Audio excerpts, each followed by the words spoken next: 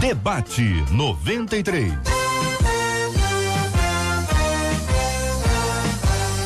Realização 93 FM. Um oferecimento Pleno.news.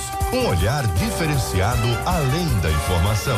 Apresentação J.R. Vargas. Alô, meu irmão. Alô, minha irmã. Aqui fala J.R. Vargas. Estamos de volta, começando aqui mais uma super edição do nosso Debate 93 de hoje, minha gente. Quinta-feira, 20 de dezembro de 2018. Fale com o Debate 93. 2461-0093. E-mail debate@radio93.com.br. Facebook Rádio 93 FM. Site www.radio93.com.br. Fale com a 93 pelo WhatsApp 96803-8319. 96803-8319. A 93 FM entra em campo nesse final de ano. Uma seleção de craques, debatedores e cantores jogará uma partida de futebol que entrará para a história. As debatedoras e cantoras, as nossas meninas da mesa, participarão de um torneio de pênaltis. Jogadores e ex-jogadores profissionais como Vitinho, César, Leno, Danielzinho, Moser, William Barbio, Felipe Pimentel, Sorato Negueba, Marlon, Wellington Silva, Matheus Alessandro e muitos outros. Epa! Que houve, Marcela? Hein? Cansou antes de entrar em campo? Não, tem um problema. Tô sentindo problema técnico. Só tem que ganhar um cadinho mais de força pra amanhã, então. Um problema técnico. O que houve aqui? A 93 FM entra em campo nesse final de ano. Uma seleção de craques, debatedores e cantores jogará uma partida de futebol que entrará para a história. Debatedoras e cantoras, as nossas meninas da mesa, participarão de um torneio de pênaltis. Jogadores e ex-jogadores profissionais como Vitinho, César, Leno, Danielzinho, Moser, William Barbio, Felipe Pimentel, Sorato Negueba, Marlon, Wellington Silva, Matheus Alessandro e muitos outros farão um jogo de encerramento. Dia 21 de dezembro, às 18h30 no CFZ, Avenida Miguel Antônio Fernandes 700, no Recreio. Entrada 2 quilos de alimentos não perecíveis. A sua torcida é fundamental nessa festa. Realização Craques da Paz e 93 FM. Amanhã, minha gente, chegou o dia, né, Marcela? É amanhã. É amanhã que esse time de craques entra em campo. Tô conversando com todos eles, por favor, né? Então, né, pastor? O pastor. O pastor Eduardo. Pastor Eduardo amarelou. Ele chegou dizendo que talvez não fosse. Agora ele já disse pra mim que eu posso manter o nome dele. Que ele desse vai. jeito que ele tá aí? Ele falou. Bom, então. Enfim. Vamos ver como é que vai ser amanhã. Isso pra mim chama chinelinho. Isso aí é o cara que fica com medo. Amanhã, todos eles fica com medo de entrar em campo. Eu falei ontem. É? Ligando o telefone. Olha, por favor, vai fazer essa pergunta lá, não, hein? Machucou, pastor Eduardo? Muito amor e carinho pelos debatedores. Machucou? Um pouquinho. Pouca coisa, mas... O que foi? Queda de moto. Queda de moto. Agora, só por causa de uma quedinha de moto. Aí vai deixar de jogar. Tá igual o João. O João, só porque engessou a perna. Quebrou, só porque engessou a perna, tá com gesso. Só porque engessou a perna, agora não posso jogar mais. Exatamente. Eu tô com medinho. Não, o pastor Eduardo vai. Pastor Eduardo, vai ou não vai, pastor? Falou que vai. Falou pra mim. Primeiro disse que se não puder usar uma perna, a gente dá outro jeito, entendeu? A gente ajuda lá. Eu ia amarelar, mas a pilha foi muito forte. Pode amarelar não. Não sabe a pilha fora do ar. Muito bem, Marcela. Então nós daqui a pouquinho vamos dar aqui a lista outra vez, convidando você, ouvinte amado, para estar lá. Leve aí quilos de alimentos não perecíveis para poder contribuir com as instituições. A 93 FM vê além, é mais do que uma rádio. A gente tá de olho nessa necessidade que várias instituições têm, então é muito importante. Isso além da comunhão. Não tem, olha, quem vai treinar, vai orientar as nossas debatedoras para bater no pênalti é o goleiro do Flamengo. Então, quer dizer, o César, goleiro do Flamengo, olha aí, gente, o goleiro do Flamengo vai orientar as nossas, é uma homenagem às nossas debatedoras que lá estarão, pastoras, cantoras que participarão conosco amanhã. e elas estarão batendo pênalti exatamente no intervalo do primeiro jogo, que é o nosso jogo. Nosso jogo é o primeiro. Vamos abrir. Lá no finalzinho, os jogadores profissionais, ex-jogadores. Conforme for, né? Se der tempo, eles entram. Não, sensacional. Vão ter os 2 jogos lá, vai ser maravilhoso, além das meninas estarem lá. Aniversariantes, Marcela. 968038319, WhatsApp, seu pastor, sua pastora, o esposo da pastora, a esposa do pastor, fazem aniversário hoje, manda pra cá que a gente vai orar aqui no final. Vai ser bom demais ter a sua participação com a gente hoje aqui. Estamos juntos no Debate 93. Muito bem, minha gente. Ouvinte falando, ouvinte fala, ouvinte fala, ouvinte. Quase sempre o convite é bem sutil e quando percebemos, já caímos na tentação. Sei que em 1 Coríntios, capítulo 10, versículo 13, diz: não veio sobre vós tentação senão humana, mas fiel é Deus que vos não deixará tentar acima do que podeis, antes com a tentação dará também o escape para que possais suportar. Mas como colocar isso em prática na minha vida? Existe algum segredo para vencer as tentações? Como manter uma conduta pura em um mundo com tantos atrativos, hein? Quais os desafios de ser um cristão fiel? Eu quero saber a sua opinião. Vou começar ouvindo o pastor Eduardo Merencio. Pastor, muito bom dia. Seja uma vez mais bem-vindo ao nosso Debate 93 de hoje, pastor. Bom dia, JR. Bom dia, debatedores. Bom, esse tema, ele começa com uma pergunta bem provocativa, né? Na verdade, uma afirmação. O convite é bem sutil. O que eu faço quando os convites aparecem? Saio de perto deles e, se possível, de perto de quem também faz esses convites. Aqui não fica explícito quais são os convites que aparecem. Mas o fato é que na nossa vida, quer cristã, quer pessoal, quer em qualquer área que seja, os convites virão e nós temos que tomar posicionamento todos os dias.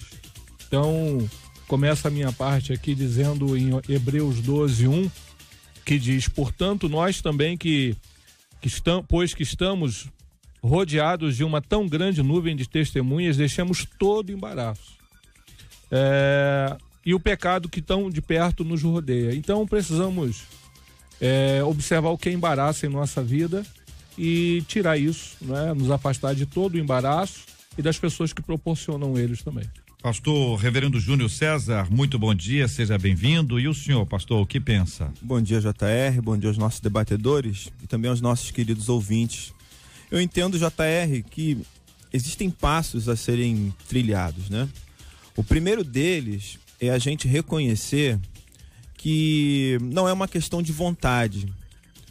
Paulo poderia dar esse testemunho, porque ele diz que no pensamento ele servia a Deus, mas na prática ele acabava fazendo a vontade da sua carne. Por isso ele se considerava um homem miserável.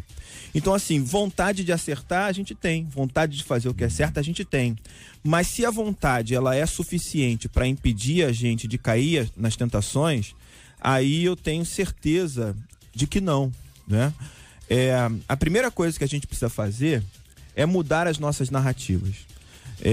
Nós fomos formados em cima de uma narrativa que afirma que nós somos pecadores. Realmente nós somos. Só que essa narrativa por si só, ela não nos define como crentes. Ela se torna uma narrativa falsa quando eu uso ela para poder justificar a queda nas tentações.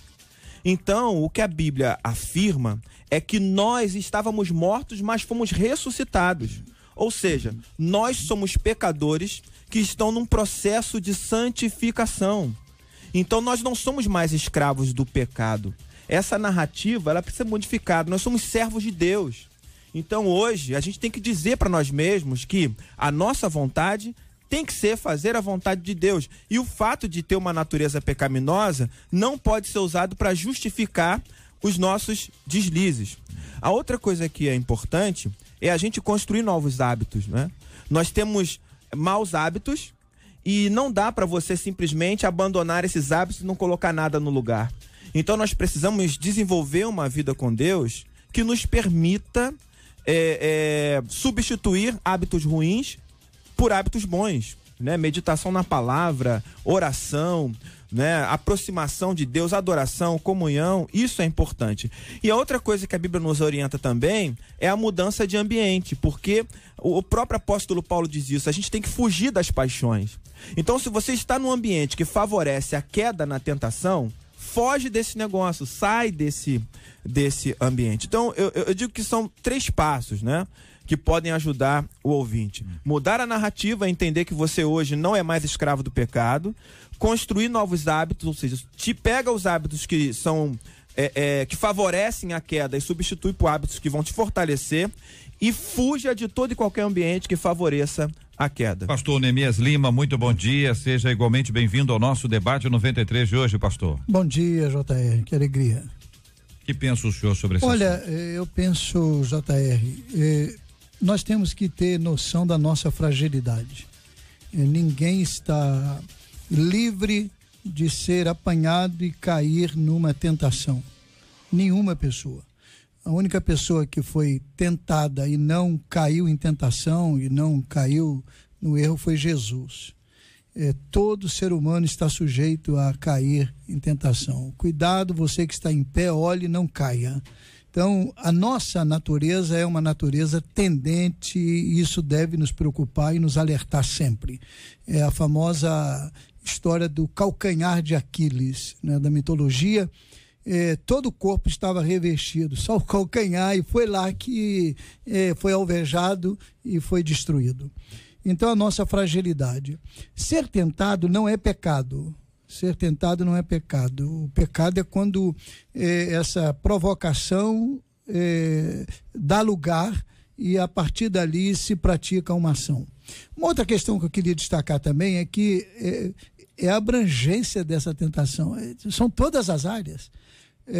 Quantos cristãos estão hoje presos porque foram tentados numa área que agrada, por exemplo, a área financeira, e se apropriaram de recursos que não eram devidamente corretos? Foi tentação, aceitaram, caíram naquela provocação. Então, é um leque que só mesmo a misericórdia do Senhor, sem dúvida alguma, que há defesas e nós podemos fugir. Paulo chega a dizer que nós devemos fugir não apenas do mal, mas de toda a aparência do mal.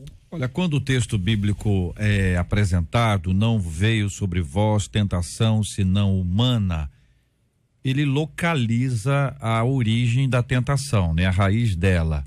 Mas fiel é Deus que não vos deixará tentar acima do que podeis, antes com a tentação dará também o escape para que possais suportar. Até que ponto aqui, para a gente entender, é esse processo desse livramento que Deus opera, que não faz de nós pessoas passivas, ou seja, eu sou tentado e não sei de onde, do nada vem um livramento, né? Alguém me socorre, é um telefone que toca, é uma porta que abre, alguém que chama, é alguma coisa que acontece, que dá aquela impressão de que eu não faço nada para fugir disso. Na verdade, há uma ação sobrenatural e não há uma participação humana. Ao mesmo tempo, as ações sobrenaturais, elas podem estar acontecendo, mas uma pessoa que está envolvida com qualquer tipo de ação contrária à vontade de Deus, ou seja, sucumbindo à tentação, pode ser que ele não veja.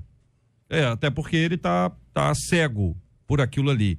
Como explicar esse livramento que Deus opera, esta ação, esse escape que vai nos ajudar a suportar? Como é que a gente explica isso para os nossos ouvintes nas suas mais diversas possibilidades? Pastor Eduardo, começando com o senhor. Eu quero, dentro da sua pergunta, colocar o seguinte: como é que Deus age?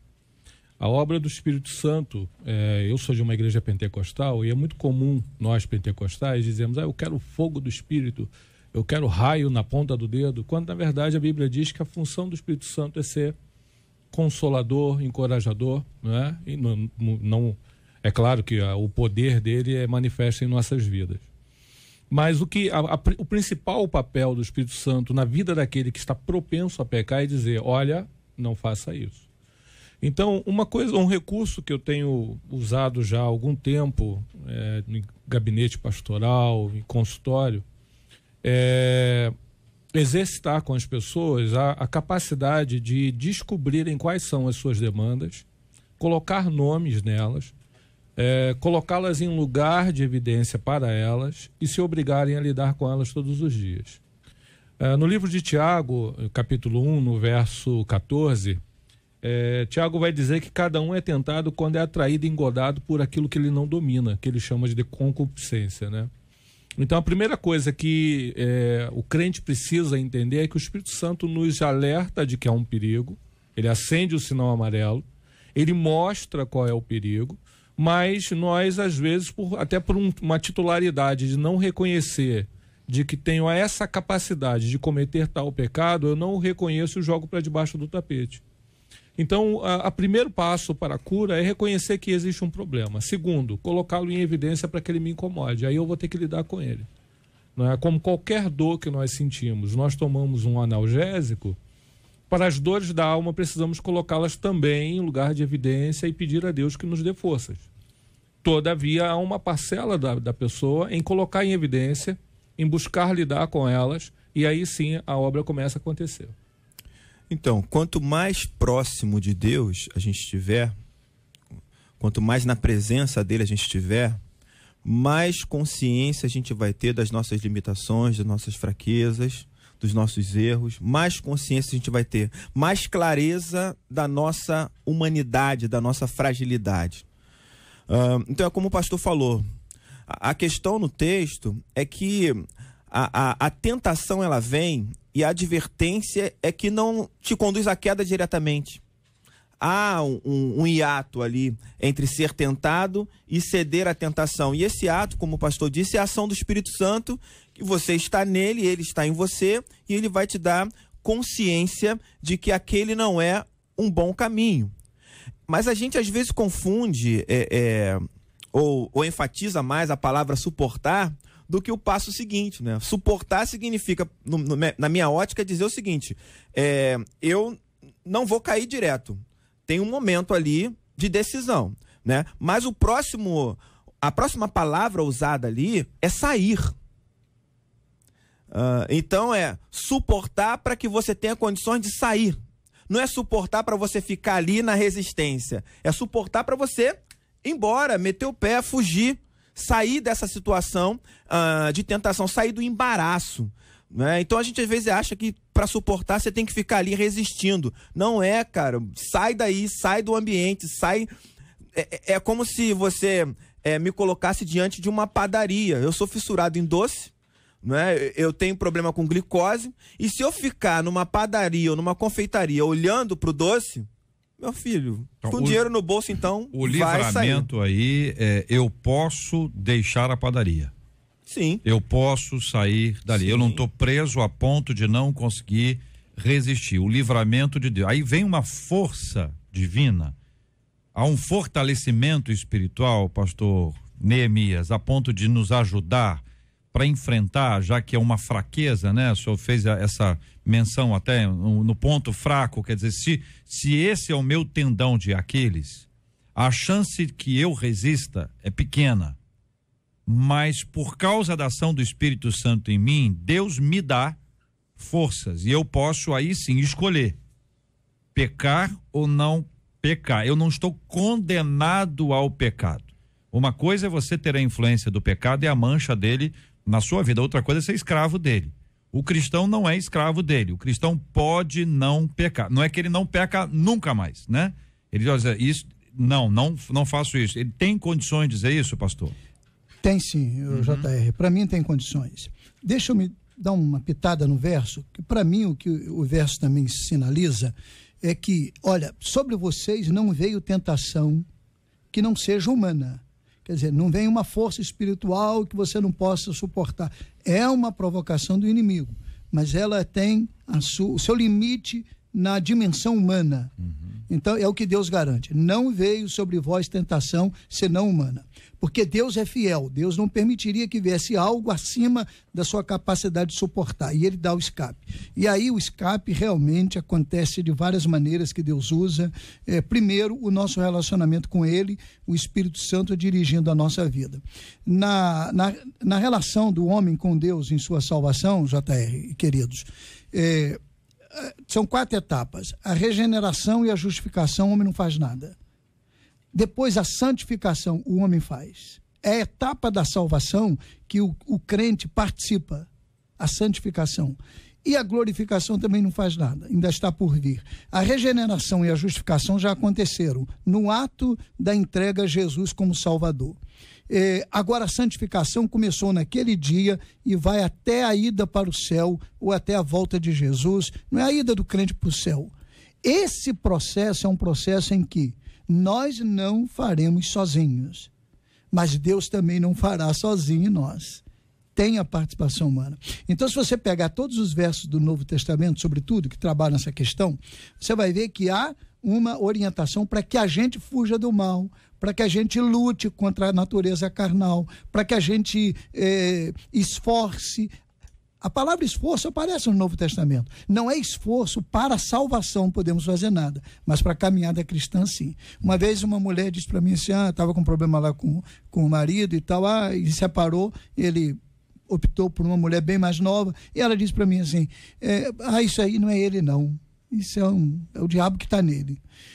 Naquele momento, foi na rua, não cabia, não dava, mas minha vontade era dizer para ela, não é o diabo coisa nenhuma que está nele, ele optou por alguma razão e está errado, mas então o homem, o cristão participa sim e ele é responsável pelas quedas. Vou dar um exemplo só para poder ajudar, e aí, embora seja um exemplo do Antigo Testamento, acho que está muito na memória dos nossos ouvintes, que é a história de Sansão e Dalila.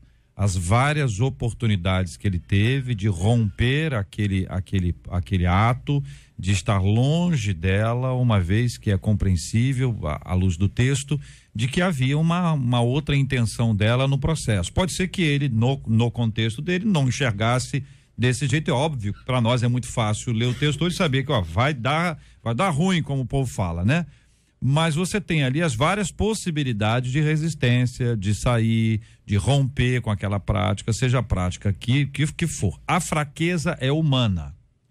A tentação, ela parte dessa carne nossa, mas ela tem uma influência direta do tentador, que sim, é todos quer matar, roubar e destruir, quer nos tirar do alvo, né? Basta a gente lembrar da tentação de Cristo, que tinha por objetivo tirar Cristo do seu papel de Cristo, de Salvador, o tempo inteiro lidando com isso, enfim, nas suas diversas etapas ali. Então essa saída, esse livramento, esse escape, tem a participação divina, tá claro aqui, como tem a participação humana. Aí eu pergunto aos irmãos o seguinte: quando uma pessoa não sabe o seu ponto fraco, por hipótese, ela precisa descobri-lo para que possa estar preparada para enfrentar as lutas que terá nessas áreas específicas. Se a pessoa já sabe, o reverendo Júnior falou do doce, quer dizer, foge da padaria, já tem ali uma que só, na padaria eu não vou, mas de repente o senhor vai na minha casa e eu pego lá, eu coloco só doce à mesa. Ou seja, o senhor não sabia que ia ter doce. O senhor foi pego de surpresa, né? Na padaria o senhor não vai, mas minha casa, eu coloquei lá os doces, sim, meu Deus, e agora? O que eu faço? Você vai poder dizer só, JR, obrigado, mas eu não quero doce aqui. Ou por educação, ou por uma questão de todo mundo tá ali. Então estou colocando isso para poder exemplificar que às vezes a pessoa, ela diz, eu não bebo mais. Parei com esse negócio. Mas ele vai numa casa e alguém oferece. Ele está lutando com uma dificuldade na área financeira. Mentira, fofoca. Tá lutando quando aparece alguém, só tá sabendo da última, olha, tem um bafão que aconteceu aí e tal, e começa uma série de conversas que acaba envolvendo a pessoa e ela está teoricamente despreparada. Então, JR, a gente nunca tá livre dessas coisas, né? Nunca. A gente aprende em Cristo a lidar com as nossas fraquezas, mas as nossas fraquezas, elas continuarão sendo fraquezas, fazem parte da nossa humanidade, né? Existem coisas que gradativamente a gente vai desenvolvendo novos hábitos, novas formas de lidar com elas, vai se livrando delas aparentemente, mas se você abandonar o processo, se você parar de estar em Deus, se você parar de reconhecer que isso é uma fraqueza, ela vai voltar lá na frente talvez com uma nova roupagem, seria mais do mesmo. Nós estamos numa longa caminhada na mesma direção. Essa caminhada, ela é cheia de idas e vindas. Nós não estamos sozinhos, entende? O que a gente precisa é tomar uma decisão diária. Jesus diz que basta cada dia o seu próprio mal. É como se a gente levantasse hoje, como se fosse um dependente químico, né? E a química seria o pecado, e a gente decidisse naquele dia não se contaminar com aquilo, né? No dia seguinte, vai decidir a mesma coisa. É dia após dia. As lutas, elas acontecem diariamente e a gente precisa estar em Deus diariamente para poder lidar com cada uma das nossas fraquezas. Você perguntou, JR, você comentou sobre uma fala do reverendo sobre o fugir da padaria. Ok, a padaria está numa geografia diferente da minha casa. Isso é muito simples. Então eu posso fugir de lugares que causam tentações a mim. Mas tu já estava observando um dado de que 37% dos pastores na América estão viciados em pornografia. Então, como é que eles acessam isso? Já não é um mal numa geografia diferente. Ele tem um smartphone no bolso. E aí nós estamos vivendo um tempo tão mais complicado, onde a facilidade para o acesso ao pecado se tornou tão mais evidente, que aqueles que não tiverem de fato uma vida de oração não vão conseguir resistir. Quantos escândalos estão acontecendo? Quantas pessoas estão se suicidando, inclusive dentro do ministério? Pessoas com agonias profundas. Por quê? Porque agora o pecado já não é uma questão mais de não vou àquele lugar. O pecado está muito próximo mais de nós. Então, mas ele está próximo de nós, mas tem a ver com desejo, né? Esse desejo está dentro de nós. É isso que tem que ser identificado, né? Eu preciso fazer uma leitura minha, mas essa leitura só é possível através dos olhos de Cristo. É vida de cruz, é vida de renúncia, é tentativa de esvaziamento diário, é você diariamente olhar no espelho e dizer o seguinte: não, eu não sou escravo do pecado, esse dia de hoje vai ser um dia que eu vou glorificar a Deus, que o Senhor cresça e que eu diminua. Tem que decidir isso todo dia. Não adianta decidir no domingo e passar o resto da semana valendo aquela decisão do domingo. Você vai ter que acordar na segunda e vai ter que dizer a mesma coisa e buscar a mesma coisa. Decisão mais oração. Davi, ele diz: uma coisa eu peço ao Senhor e a buscarei. Ele não só pede, ele busca. Né? Agora, esse encontro entre a fala e a prática, que parece que é fundamental, que o indivíduo pode chegar e falar assim: eu não sou escravo do pecado, mas não lê a Bíblia. Sim. Ele não ora, não se alimenta, ele só não é um escravo retórico, na via oral. Na prática ele continua a mesma coisa. E outra coisa, só apenas, não é discordando, mas para mim, desde que o pecado entrou no mundo, é o mesmo, a intensidade é a mesma, as estratégias podem mudar, mas a essência é a mesma. Se você pegar a primeira família, um matou o outro. Se você pegar Abraão, pai da fé, considerado pai da fé, mentiu. Se você pegar Isaac, mente. Depois você pega lá na família de Jacó, mentira. Então você vai ao longo da história vendo que não há mudança, não. É possível que hoje tenha algumas questões contextualizadas, eu concordo, né? Exato, pode ser. Mas o diabo é o mesmo, sempre, e ele está provocando a pessoa a fugir do ideal. Você destacou bem aqui, desculpe não ter lembrado o nome, mas, por exemplo, se alguém quiser vir após mim, negue-se a si mesmo, tome cada dia a sua cruz e siga-me. Então, negar a si é uma luta diária e permanente. Tomar a sua cruz e depois vem passo aí. Como é que a gente vai alimentar a alma? O que vai prevalecer é o cachorro que vai ser alimentado dentro de nós. É uma figura antiga que pregadores usaram aí. Muito bem, então nós temos aqui, minha gente, a tentação, ela acontece sempre, ela sempre aconteceu e ela acontecerá até a volta de Jesus Cristo. Mais perto de Deus, você perceberá melhor as suas fraquezas. Quanto mais perto dele você estiver, mais fácil e claramente você perceberá as suas fraquezas, ao mesmo tempo que nele você encontrará forças para resistir. Todas essas questões, elas são aplicáveis a todos os seres humanos. Não há ninguém Ninguém. Pensa bem, se Jesus, que foi Jesus, ele foi tentado, você imagina a gente, hein? Então, às vezes você olha para alguém e diz, o pastor, eu queria ter a vida dele, olha lá, é um anjo de Deus, está sempre em oração e tudo. Quanto mais perto de Deus, mais ele percebe as suas falhas, mais ele pode ser fortalecido, mais ele será tentado. Então é necessário que todos nós utilizemos de uma bênção que Deus nos deu, que é a intercessão, orando uns pelos outros. Às vezes a gente passa um bom tempo apontando o pecado alheio. A gente poderia gastar um bom tempo, muito, muito precioso, intercedendo para que Deus dê forças, para que Deus levante as pessoas, para que elas não estejam ali apanhando tanto quanto elas estão. Há muitas críticas que poderiam ser feitas, mas tem hora, gente, que é hora da gente orar, entendeu? E pedir a misericórdia de Deus e orar, pedindo a graça do Senhor, o milagre de Deus sobre a vida de alguém que apanhou ou está apanhando exatamente no seu ponto fraco, nos seus pontos, às vezes pontos, bem no plural.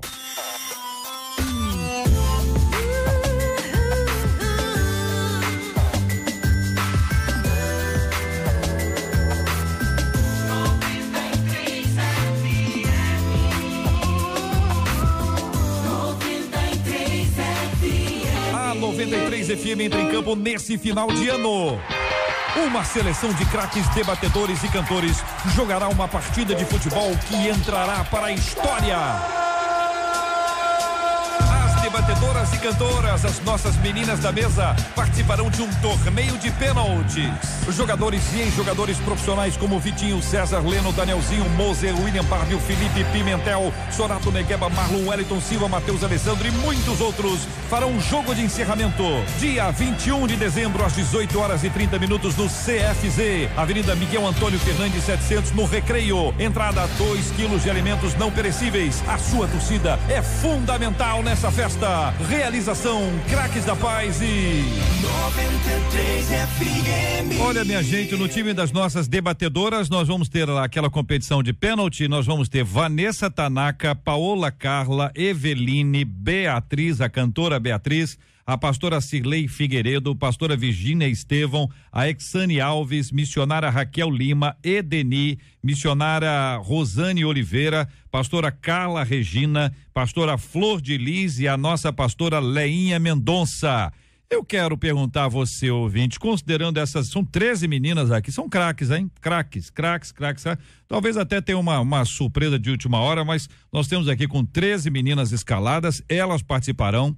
Já disse a vocês que elas serão ali orientadas na hora do pênalti ali, das penalidades, de acordo com a habilidade de cada uma delas. Um chuta com o pé direito, outra chuta com o pé esquerdo, talvez a maioria chute com os dois pés, não simultaneamente, mas um de cada vez. Nós vamos ter essa cena ali, vamos ter o César, que é goleiro do Flamengo, é goleiro titular do Flamengo, e ele vai estar ali orientando as meninas, porque ninguém melhor que um goleiro para orientar no bater do pênalti, entendeu? Porque ele tem a estratégia certa, vai ser sensacional.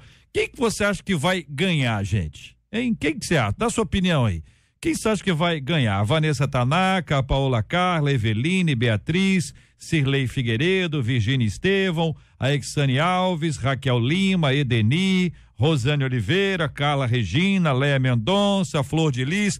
Qual das 13 você acha que será a campeã? E vai ganhar prêmio, não vai ganhar, Marcela? Vai. Não vai? Vai. Vai, claro que vai. Que vai. Eu, hein, pelo amor de Deus. Você tem organização, tem prêmio e tudo, vai ser sensacional. Quem será que vencerá? Na sua opinião, ouvinte, manda aí a sua opinião pelo nosso WhatsApp da 93 FM. Fale com a 93 pelo WhatsApp 96803-8319. 96803-8319. Muito bem, Marcela Bastos, vamos lá, são 11h38. Durou pouco mais de 5 horas a decisão do ministro Marco Aurélio Mello do Supremo Tribunal Federal de libertar todos os condenados em segunda instância com recurso pendente de julgamento. No fim da tarde de ontem, o presidente da Corte, Dias Toffoli, deu uma nova liminar, revogando aí a determinação do colega. O Toffoli tomou a decisão a pedido da Procuradora-Geral da República, Raquel Dodge. A decisão de Marco Aurélio, presta atenção, foi tomada às 14h do último dia de funcionamento do STF. A partir das 15h, já era considerado regime de plantão na Corte, quando cabe ao presidente tomar decisões em caráter de urgência. A liminar, concedida no início da tarde por Marco Aurélio, afetava aí o ex-presidente Luiz Inácio Lula da Silva, preso depois de condenado na Lava Jato pelo Tribunal Regional Federal da 4ª Região. Muito bem, esse é um episódio de ontem, né? Todo mundo acompanhou isso aí, é mais uma das cenas que nós estamos aí discutindo nos últimos dias. Essa tem tudo a ver com o nosso dia a dia, porque pela conta são 169 mil, isso? 169 mil pessoas que poderiam ser soltas a qualquer instante a partir daquela decisão do ministro Marco Aurélio, vencida pela decisão do também ministro Dias Toffoli. Eu quero ouvir a opinião dos nossos debatedores, começando com o reverendo Júnior César. Então, ainda bem, né? Ainda bem que essa decisão ela foi revogada. Eu acho que o Brasil ele precisa rever muitas questões, né? Tem muitas questões ligadas ao Código Penal, né, que afetam diretamente a vida dos brasileiros e não contribuem em nada com uma sociedade mais justa, mais igualitária, e que precisam ser revistas. A sensação que eu tenho, JR, é que muitas pessoas também estão na cadeia, já cumpriram sua pena, e eu não vejo ninguém trabalhando extra, trabalhando fora do horário para poder rever o caso dessas pessoas, né? Pessoas que estão lá largadas, né? Pessoas que ficam anos aí atrás de defensoria para lutar pelos seus direitos e nada se faz. Nesse país parece que a justiça continua elitizada, né? Querendo beneficiar aqueles que realmente podem pagar pelo acesso à justiça. Pastor Eduardo. Bom, já se fala de impedimento para a corte, né? Já se fala de fazer um movimento sobre o impedimento de alguns ministros por causa da improbidade das suas funções. É uma vergonha a instância máxima daqueles que deveriam fazer valer a nossa Constituição estarem trabalhando para grupos, evidentemente trabalhando para grupos políticos. E nós devemos, como igreja, tomar o posicionamento de oração, ficarmos muito atentos, porque um debate com toda certeza vai ser levantado no meio da população por causa dessas questões. Pastor Neemias. Eu não sou da área jurídica, então eu tenho às vezes algum temor de emitir algumas opiniões. Para mim o problema do Brasil, é apenas impressão, é um problema que remonta a muito tempo. O evento de ontem é mais um evento nessa situação toda que envolve privilégios de todos os lados. Infelizmente, eu lembro que meu pai, ele dizia para a gente, a justiça nunca falha. A gente era criança, a gente cresceu com esse conceito. Se ele estivesse vivo e pudesse compreender, talvez hoje ele dissesse que a justiça não falha, o sentido de justiça como um conceito, mas ele veria que juízes, e os profetas falam sobre isso, têm atitudes que muitas vezes são falhas, e isso aí em profusão. Eu penso que o país está também trabalhando muito situações a partir de eventos aqui e ali, e acaba não criando mecanismos com princípios que deveriam ser mantidos ao longo da cultura e da história para que houvesse mais tranquilidade. Olha, que transtorno aconteceria ontem se isso fosse mantido e fosse libertado. Normalmente, o discurso está muito fomentado numa pessoa, mas não é numa pessoa só. Eu até imagino que a decisão de ontem não era só para libertar gente, não. É para não prender gente no ano que vem agora. Porque a partir de 1º de janeiro, muita gente ficará sem um foro privilegiado. Isso vai ser discutido em abril. E sendo discutido em abril, certamente o Supremo vai lá tomar decisão. A respeito deste assunto, eu penso até, mas eu não sou da área, então também não posso, é um pensamento apenas, que a Constituição preceitua que esses são os recursos possíveis. Por mais absurdo que seja, a decisão do ministro não é uma decisão ilegal, não é uma decisão fora daquilo que se tem como ordenamento jurídico hoje. Esse é o problema. Então precisa trabalhar, e a estrada é longa para o Brasil. Ninguém pensa que isso vai resolver com um mês, com 2, com 6, com 1 ano, não. São é longa. 11h44. Estamos juntos no Debate 93.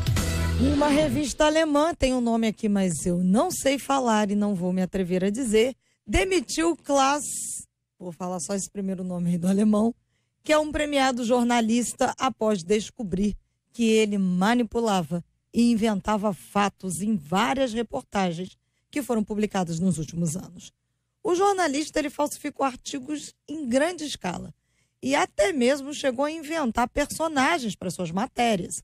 Os editores do jornalista o confrontaram depois que colegas levantaram suspeitas sobre o trabalho dele.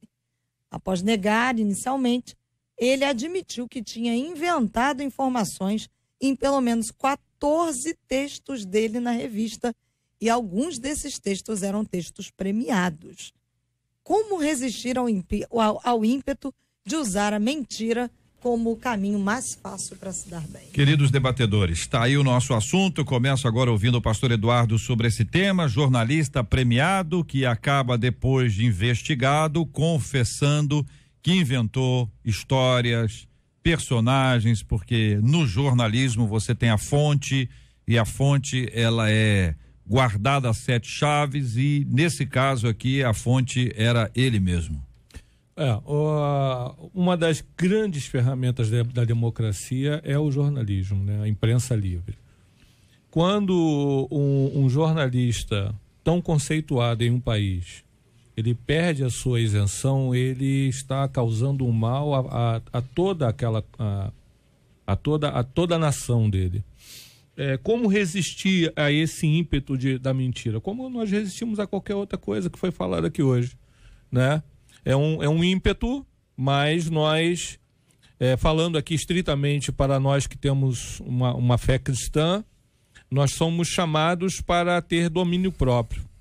Então, o ímpeto vem, mas o que se espera de uma pessoa adulta, madura, é que os ímpetos sejam controlados pelas decisões baseadas em informações. Esse jornalista, infelizmente, jogou a sua carreira fora, né? E fica para nós uma reflexão. Nós podemos ter uma vida brilhante, inclusive como pastores, e chegar no final da nossa história, ter um arranhão muito feio na nossa imagem, se nós não vivemos também com uma vida de verdade. Então, talvez a resistência esteja diretamente relacionada a você não aceitar pagamento e nenhum tipo de vantagem quando o assunto for mentira.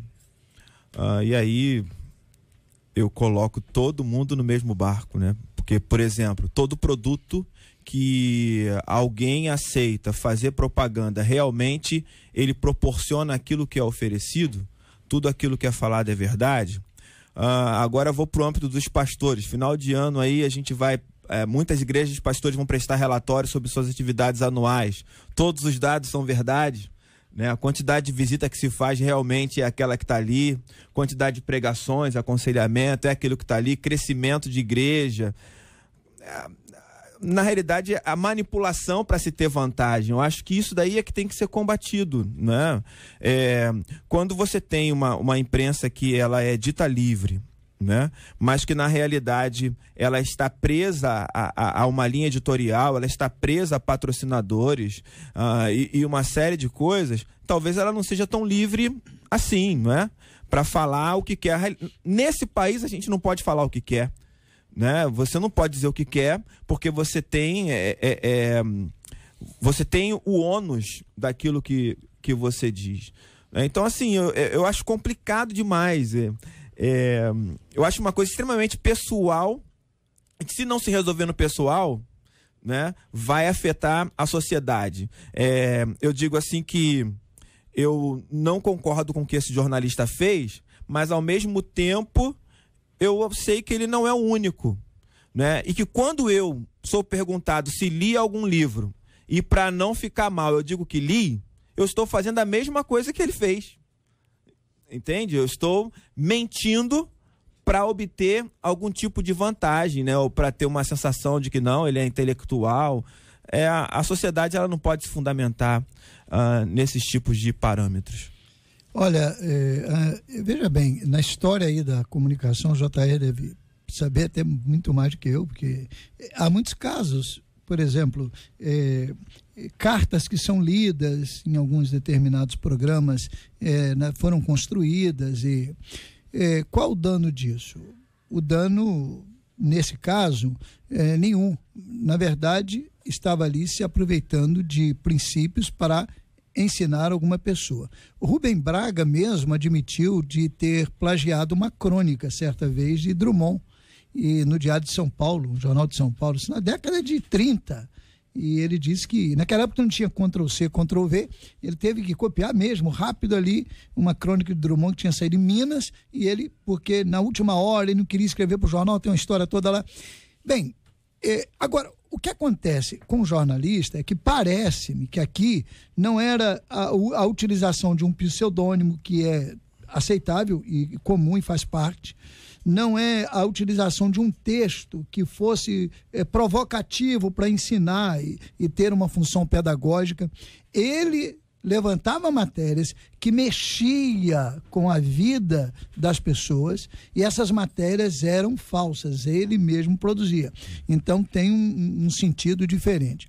Agora, o que eu gostaria de destacar é o seguinte: na Alemanha, não é num país de terceiro mundo, é na Alemanha.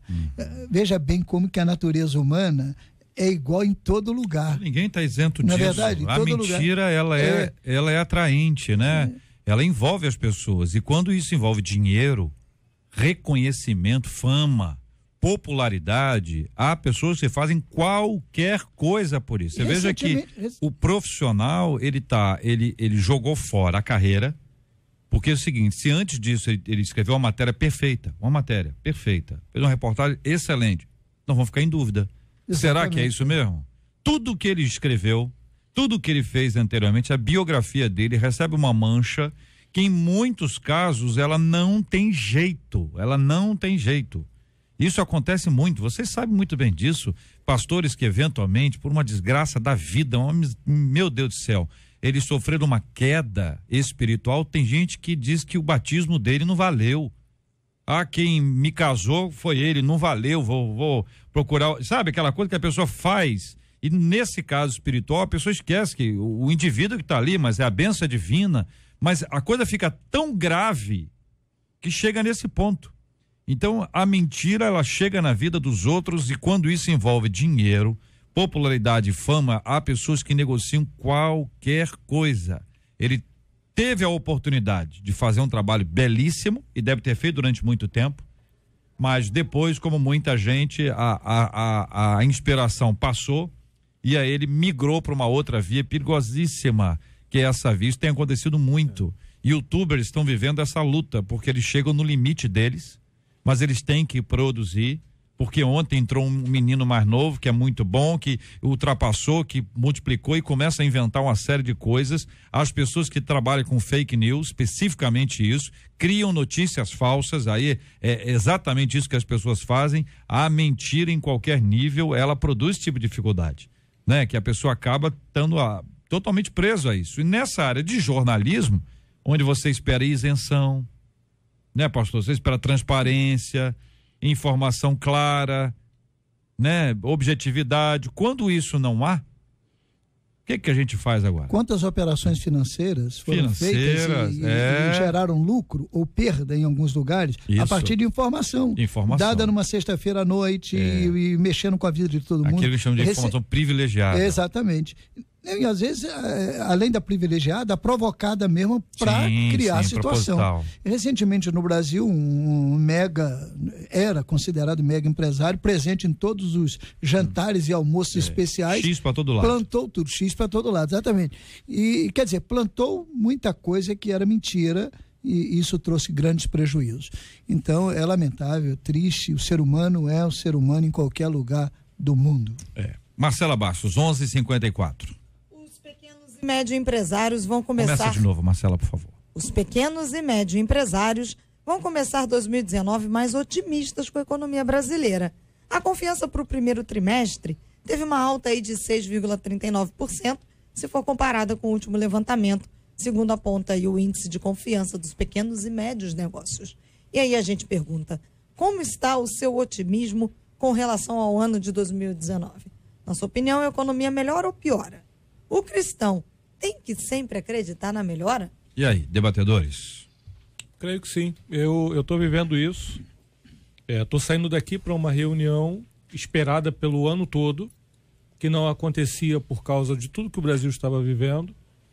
E só com a perspectiva de que ano que vem será melhor, a quantidade de trabalhos está melhorando, não é? Eu sou um desses pequenos empresários tentando tirar água de poço e a gente percebe nitidamente que os negócios começaram a acontecer. Então, está melhor assim, com certeza.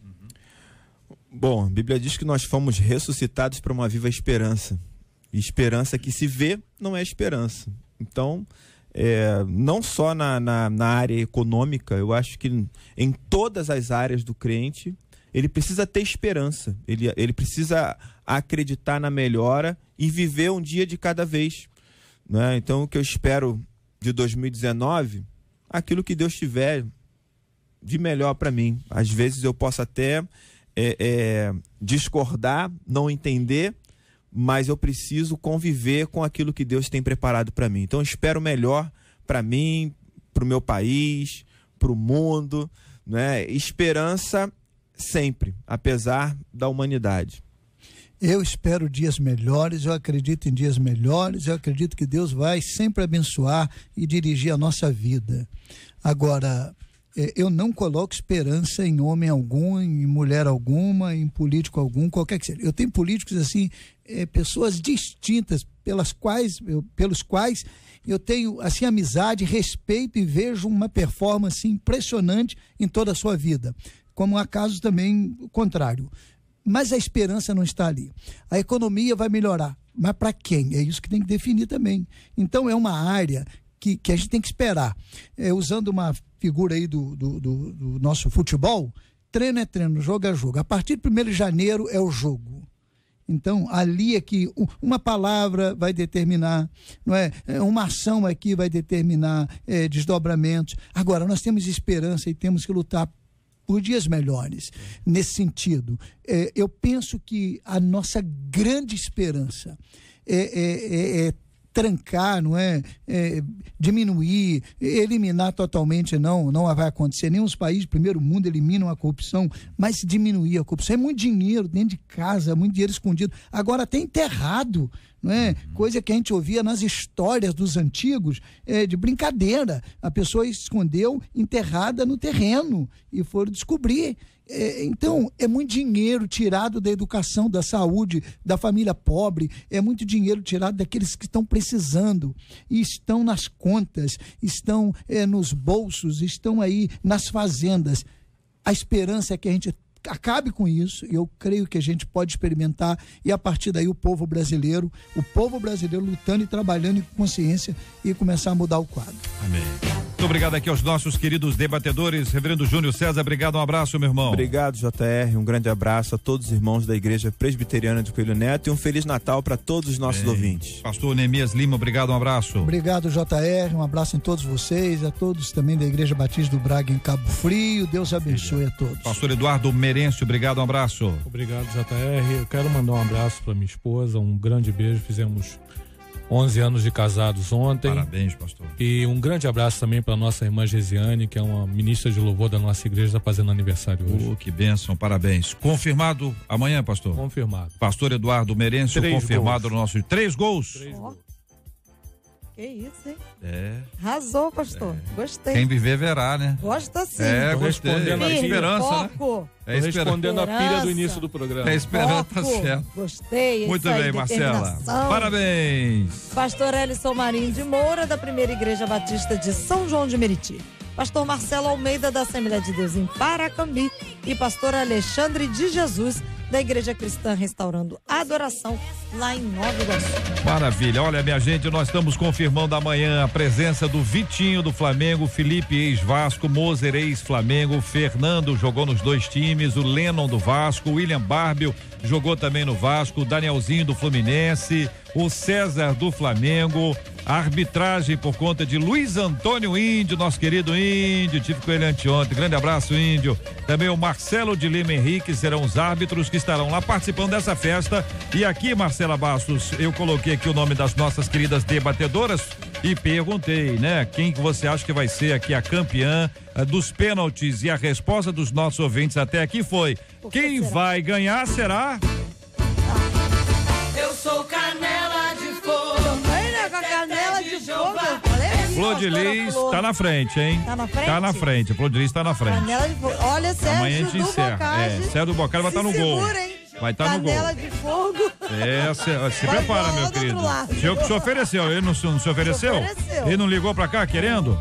Querendo a vaga? Um pênalti da Canela de Fogo. Pelo amor de Deus, Deus te abençoe, meu irmão. Olha, na manhã, minha gente, a partir das 6:30, nós vamos ter aqui o nosso time de debatedores, pastores, cantores que estarão conosco nessa grande festa, e você é nosso convidado especialíssimo amanhã no CFZ, que é o Clube do Zico, a partir das 6:30 da tarde, nós vamos estar abrindo. Leve lá os seus alimentos, vamos encaminhar para as entidades que precisam, as instituições carentes que necessitam dessa ajuda especial. Você vai poder encontrar, conversar, trocar ideias com craques aí que eu já anunciei aqui agora, craques, ex-craques, árbitros famosos também, além dos pastores, debatedores, as nossas meninas da mesa. Vai ser uma festa de comunhão, de relacionamento amanhã, numa realização do Craques da Paz e da 93 FM, amanhã, dia 21, a partir das 6:30 da tarde no CFZ, que é o Clube do Zico, e você vai participar com a gente, vai ser muito bom nós estarmos juntos. Vamos estar junto lá, hein? Vamos estar junto lá. Amanhã a gente continua esse assunto aqui, a nossa resenha. Nós vamos orar juntos nessa hora, minha gente, apresentando diante de Deus os nossos temas, apresentando diante do Senhor as nossas orações, os nomes dos queridos aniversariantes. Também vamos orar pela cura dos enfermos, pelo consolo aos corações enlutados. Vamos pedir que a graça do Senhor esteja acompanhando cada um dos nossos queridos e queridas, em nome de Jesus. Hoje, de forma especial, orando pelo pastor Carlos Bastos, o paizinho da Marcela Bastos. Bênção de Deus sobre a vida dele, na graça poderosa do nosso Deus e Pai.